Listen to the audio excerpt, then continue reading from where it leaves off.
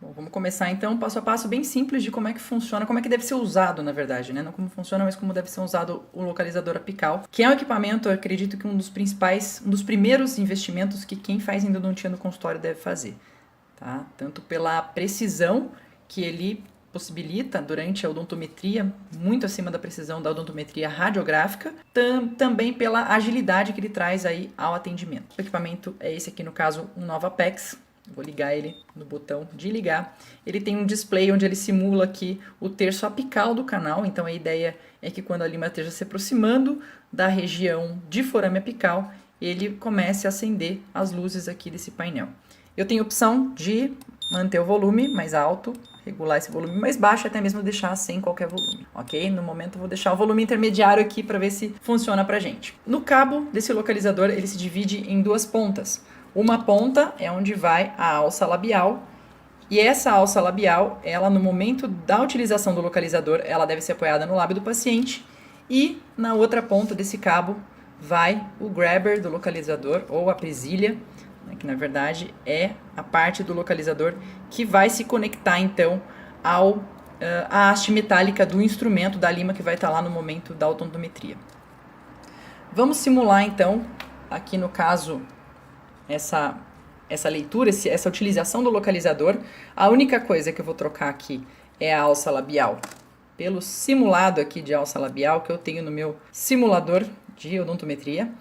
Então, que momento é que essa odontometria ela deve ser realizada? Ela deve ser realizada depois da ampliação de terço médio cervical, onde você já tem um acesso muito mais facilitado ao terço apical do canal e também um acesso já com uma descontaminação prévia, ou seja, na hora que você estiver trabalhando em terço apical e que você vai realizar a patência, a desobstrução do forame, você não tem muitos debris contaminados acumulados, né, em todo o trajeto do canal. Você já tem isso bastante liberado, uma descontaminação já feita de maneira bastante adequada, e na hora que você fizer a patência, esse primeiro trespasse do forame, não existe assim a extrusão de uma quantidade muito grande de debris. Então a ideia é essa.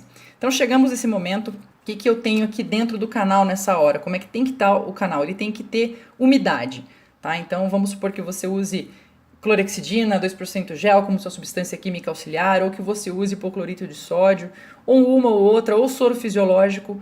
É importante que você tenha o canal preenchido com essa substância e você coloque, posicione aqui o seu sugador na câmara pulpar para remover o excesso dessa umidade, dessa forma garantindo um funcionamento adequado do seu aparelho. Então, em um comprimento que eu já medi aqui na lima, que é próximo do comprimento aparente do dente, que eu medi na radiografia inicial, eu deixa eu espiar aqui, vou usar o canal palatino como exemplo, é o molar superior.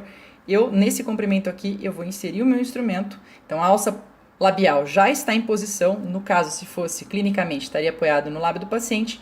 E com o meu instrumento, eu vou me aproximar aí do comprimento aparente que eu já fiz a medida aqui na minha lima. Nessa hora, eu vou apoiar a haste metálica, a presilha na haste metálica do instrumento, e vou observar a leitura que esse localizador já me dá, porque, em teoria, eu já estou próxima da saída do forame. Então, como vocês podem tanto ver como ouvir, né, eu já tenho as luzes se acendendo, que são indicativas aí do comprimento, da proximidade que eu vou atingindo do forame. Eu vou deixar sem volume aqui no caso, só para poder falar um pouco melhor. Essa medida aqui, vamos supor, de 0,75 que ele está marcando ali. Então significa que a minha lima nessa hora ela está 0,75 milímetros aquém do forame? Não necessariamente, porque nesse momento da descida, a medida do localizador ela ainda não é a mais precisa possível. A precisão nesse equipamento vem a partir do momento em que eu ultrapasso o forame apical. Ou seja, aqui olha só, eu já tenho todas as luzes acesas do trajeto final aqui do terço apical do meu canal simulado, e também tenho aceso o over, né? No caso do Novapex aparece over, em outros equipamentos ele pode aparecer Apex ou qualquer outra denominação, mas o interessante é observar que foi ultrapassado o limite de 0,0, ou seja, foi trespassado esse forame. Então nessa hora sim, a partir daqui eu posso posicionar meu instrumento e eu vou ter uma medida sim muito mais precisa. Então, nessa hora, olha só, é um canal palatino de molar superior e isso daqui é uma lima 10. Com uma lima 10, eu tenho que esse forame ele tá extremamente amplo, então a minha lima ela tá, vamos dizer, ela tá sambando aqui dentro do canal. Nessa hora fica até difícil de eu conseguir posicionar essa lima de maneira mais precisa, ou eu puxo muito ou eu ultrapasso demais, porque ela não está se prendendo às paredes da região de forame.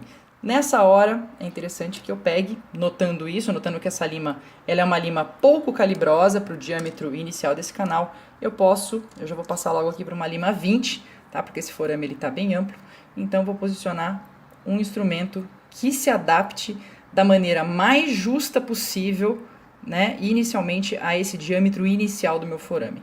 Então, posicionando a lima 20, também com o comprimento aparente que eu já tinha medido radiograficamente, posicionando a minha haste metálica e observando o painel do localizador.